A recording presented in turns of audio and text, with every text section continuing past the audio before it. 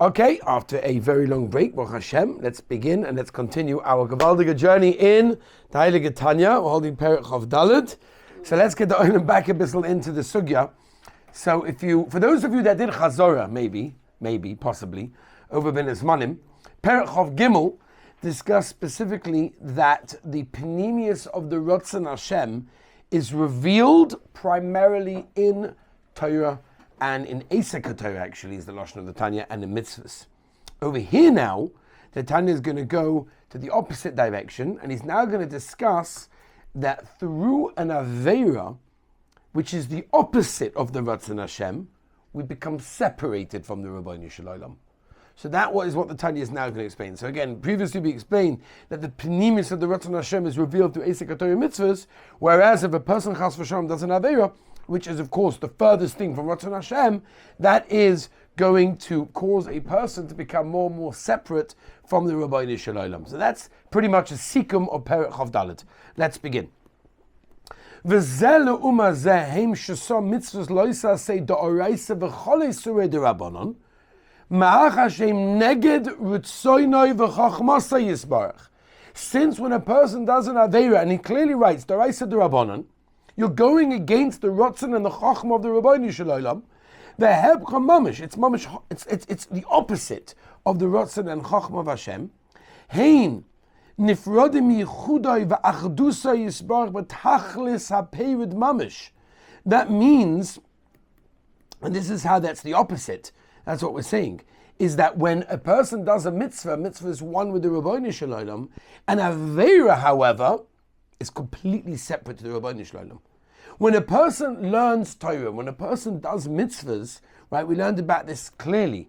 The whole everything, his whole neshama, his whole guf, his whole mind, everything is immersed into that Torah that he learns. We've spoken about this quite a few times before in the Heilige Tanya. Okay? He becomes one with this divine light that we spoke about. Okay? Over here, he gets detached from the reality. K'moi hasitra achwa v'aklipa nikra avodah zarah v'lekim acherim v'lehim acherim machmas hesta ponim sheratzon enya kanal. That means when a person rejects avodah zarah, that doesn't mean you just deny the existence of a God outside small g, outside Hashem, but it means you deny the existence of anything outside the Rabbeinu Shalom. There is nothing but the Rabbeinu Shalom. Not just I'm disassociating myself or rejecting other gods, small g. No, I'm rejecting everything that's outside the Rabbeinu Shalom. So therefore, what we're saying is says the Tanya, any issa that the Torah has, or the Rabbanan that he clearly says, is basically affirming that there's a detachment from Hashem, which means your neshama is now emerging, as we can explain now, with the klipa of being separate. Okay? V'chein, gimel levushay hanefesh, right? The clothing, the garments we've spoken about previously. Shemeklipas noiga shebisrael, that every yid in Klal Yisrael has such a klipa. Shehei machshava dibu umaisa.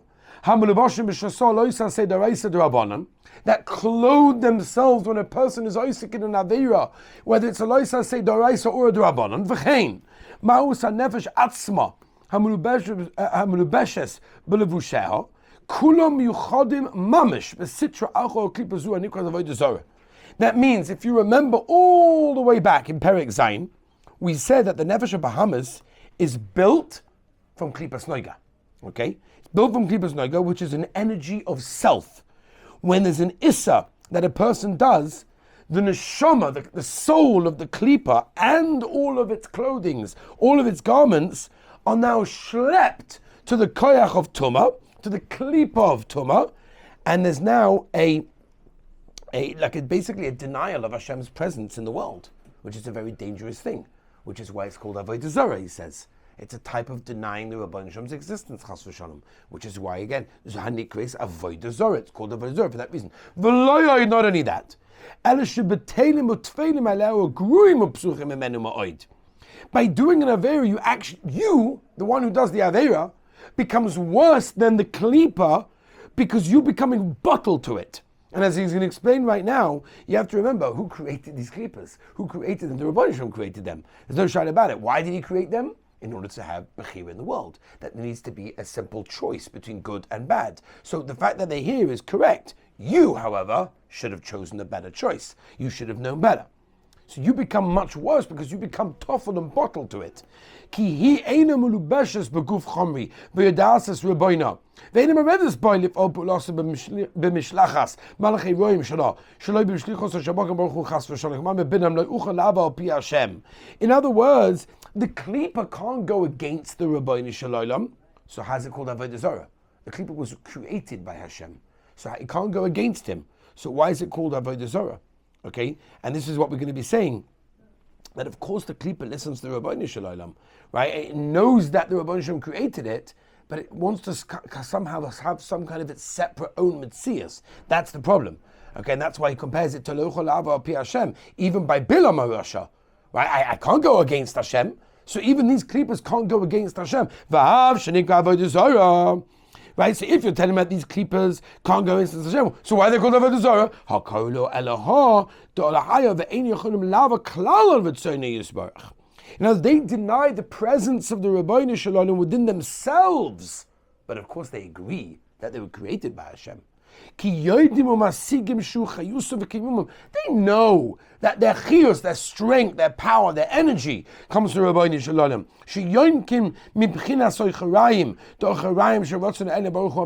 We've spoken about this previously, that all the bad stuff comes from the back, kaviyachol of the Rebbeinu Shalom. Ella, he bechinas golish besoicham lahachshir atzmo lekus v'harazu kfira ba'achdusai. They themselves consider themselves as some kind of God, right? Because they don't, at the end of the day, they don't realize that the energy inside them is really a golus. And this denial is what's going on, and that's what it is that comes separate from Hashem. They can't deny Hashem's presence in the world. It's impossible. Because they know that that's who created them. And at the but at the end of the day, they call HaKadosh Baruch Hu the God of the gods. Meaning, I'm also a God, says this klipa, says this koyach of Tumah. I'm also a God. And God is the God of the gods. But I also have self. I have something to me. By the way, this is the whole sugya, by the way, of Gaiva. This is what the Gemara talks about when a person's a Baal Gaiva, that the Rebbeinu Shalom and you can't live in the same world. Like, why not? I understand Gaiva is not good, but why is it so bad? Now, when a person's a Baal Gaiva, he's a self. I'm a something. No, you're a nothing. There's only the Rebbeinu Shalom. And that's a shtikal avodah zarah. A person is being a koifer when he's a Baal Gaiva. So that's what he's hinting to over here. That's why they cannot be over on the Ratzon Hashem. Let's get a bit more practical.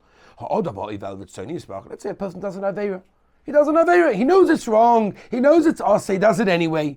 Who go up or pochas harbamoid masitra acho klipa nikos of the sover kenachem. He's worse than that. He becomes more separate, more detached. It's ki'ilu by doing that aveira. You yourself are being koif in the achdus more than any other klipa.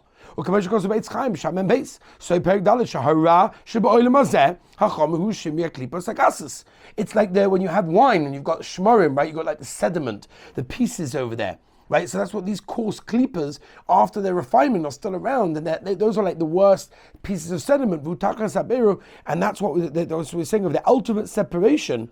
Is like sieving all of the bad from the good, like doing Boyer on Shabbos. This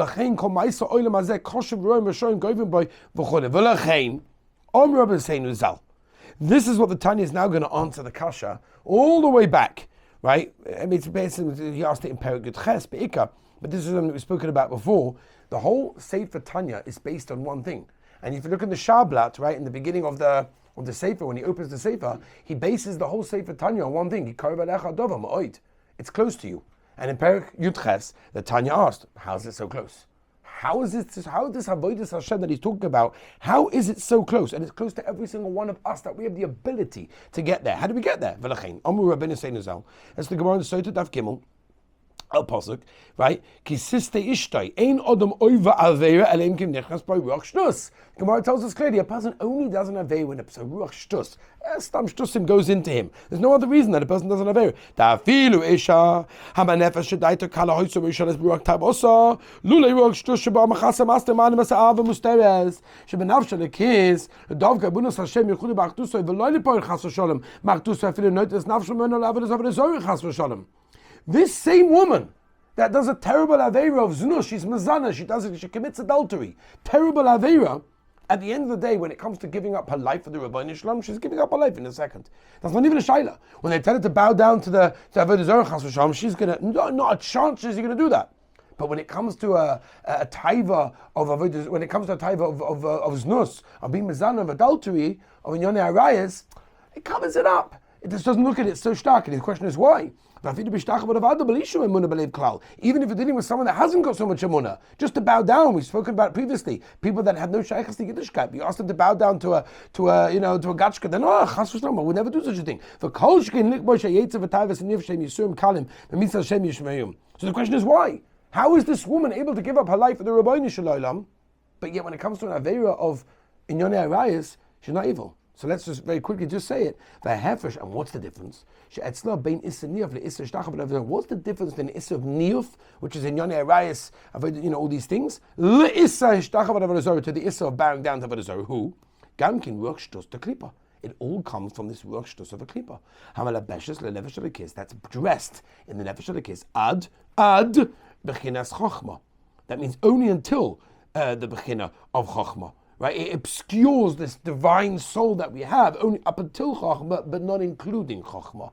Shabbat v'loy ad bechlal, mipnei or Hashem amluvish b'Chochmah, because the or of Hashem that's dressed in the Chochmah can let nothing actually conceal it. So we have to now understand. Okay, so now know the difference between it. How do we actually make it a little more practical? We're going to discuss that mitzvah Hashem tomorrow. Shkoyach for joining us once again.